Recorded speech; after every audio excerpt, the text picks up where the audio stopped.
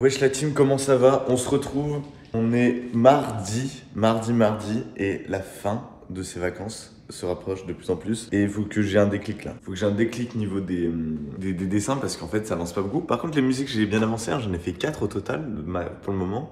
Donc je suis plutôt content. Mais là voilà, ce matin je vais m'y mettre sérieusement. Il y a Estève qui est à côté, qui fume sur sa CE de bon matin. Il adore être filmé de bon matin. Donc je vais essayer de faire ce petit dessin avec vous.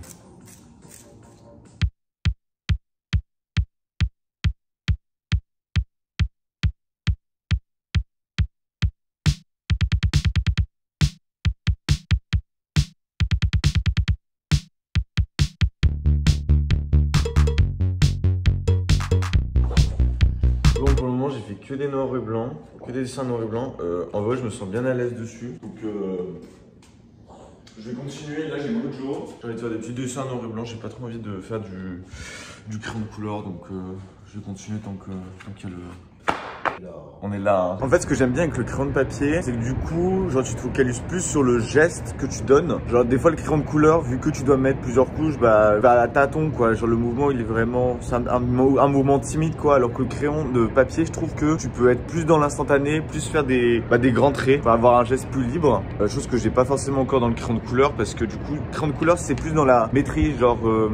Je vais tout de suite faire le croquis de base et puis après je vais commencer à remplir. Donc du coup il y a un truc un peu de remplissage, de dessin. Là le crayon de papier, il y a plus le geste et aussi du coup jouer juste avec les intensités de gras. J'ai des crayons de papier avec différents gras, donc il y a du H mais surtout du B quoi. Et plus c'est B, plus c'est foncé du coup, plus c'est gras. Et j'aime bien jouer maintenant aussi avec la sensibilité du coup de crayon. Ça veut dire que du coup si j'appuie pas très fort, ça va être un trait assez léger. Puis si j'appuie plus fort, ça sera un noir plus prononcé. Et du coup de jouer avec ça et créer des variations grâce à ça, grâce au motif aussi, et jouer avec les aplats, enfin jouer juste avec un matériau, et jouer juste avec un médium, donc le crayon de papier, et essayer de créer des variantes.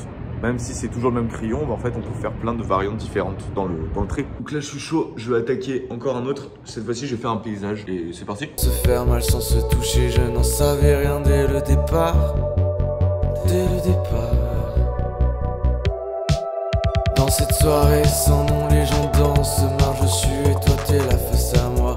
On peut se faire mal sans se toucher, je n'en savais rien dès le départ. Dès le départ.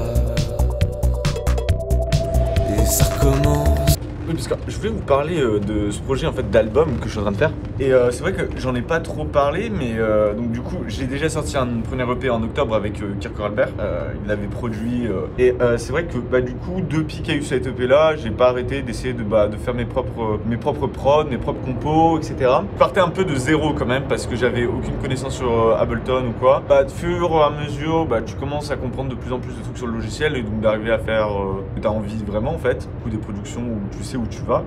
Et du coup tout l'objectif ça serait en fait de base je voulais ressortir un nouvel EP en mai, genre là en mai actuellement où je suis mais en fait je me suis dit mais pourquoi j'essayerais pas de prendre plus mon temps et essayer de faire vraiment un vrai projet qui me correspond à 100%, où je suis vraiment content de toutes les musiques, etc. Et donc du coup voilà, je fais de la musique, je fais des sons, et l'objectif c'est de faire vraiment des maquettes et puis après sélectionner les musiques que je compte réellement mettre sur le EP ou l'album. Mais voilà, faut faire. Donc au fur et à mesure, il y a déjà des sons, je sais à 100% qui sont sur l'EP. Il y a d'autres sons où je ne sais pas encore, mais je les laisse évoluer. C'est comme je voyais très bien mon ami Joseph de Gigi Lova, avec son frère Gaston, quand je les ai rencontrés pour les interviewer par rapport à leur travail, il me disait en fait un son, genre des fois il met 2 ans ou 3 ans en fait, parce qu'il prend plein de teintes, plein de couleurs différentes, et donc c'est un peu ce que j'ai envie de faire, mais aussi ne pas m'enfermer, me dire je fais un truc tout seul.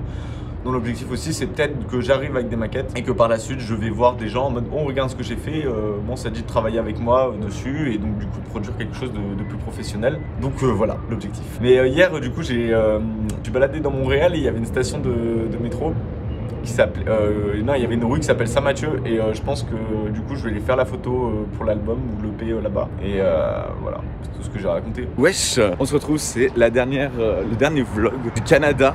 Demain je repars en France. Je suis assez triste hein. Je suis assez triste.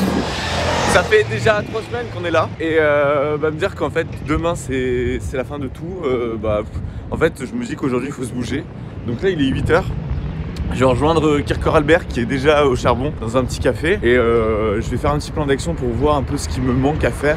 Ce que j'aurais voulu faire à Montréal et que je n'ai pas encore fait. Donc là c'est la dernière ligne droite pour pouvoir faire tout ce que je veux. Hier j'ai charbonné les dessins, vous pouvez même pas savoir. Je crois que j'en ai fait 20 dans la journée, que du crayon de papier. Et franchement je suis bien content, il y en a et ça marche plutôt bien. Et donc là aujourd'hui on va peut-être voir pour faire une capta, parce qu'il y a un lieu, une sorte de backroom que Kirchhoff a trouvé.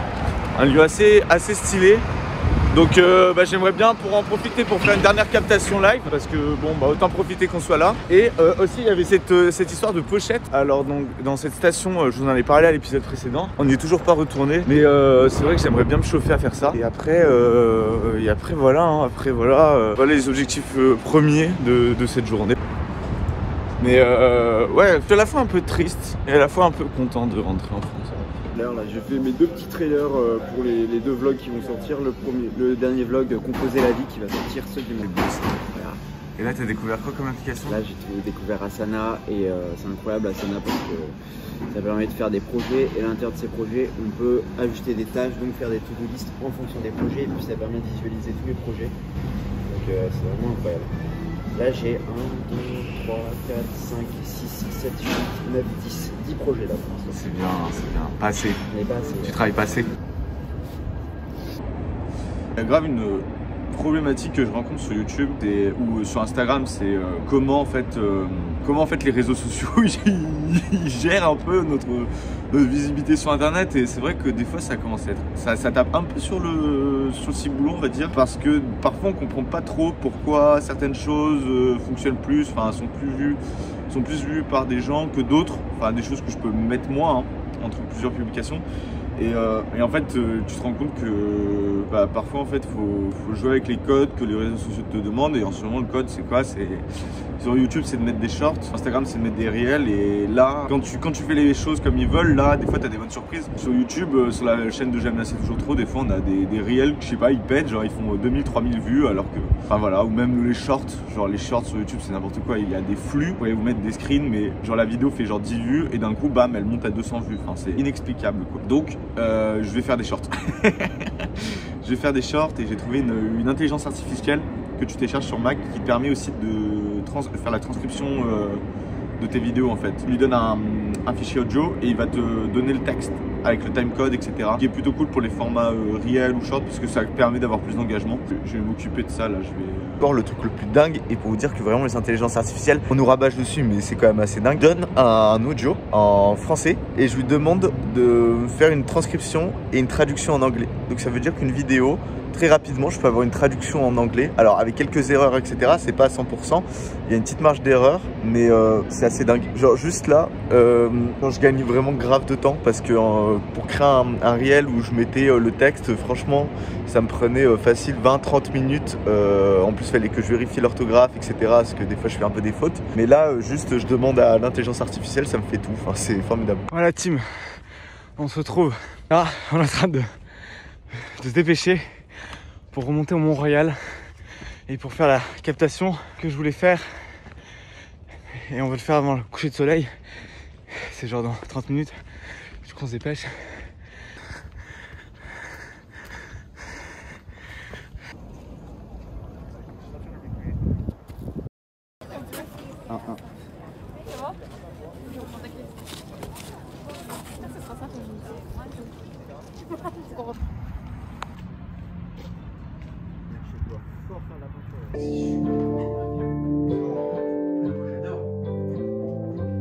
C'est très Daft Punk.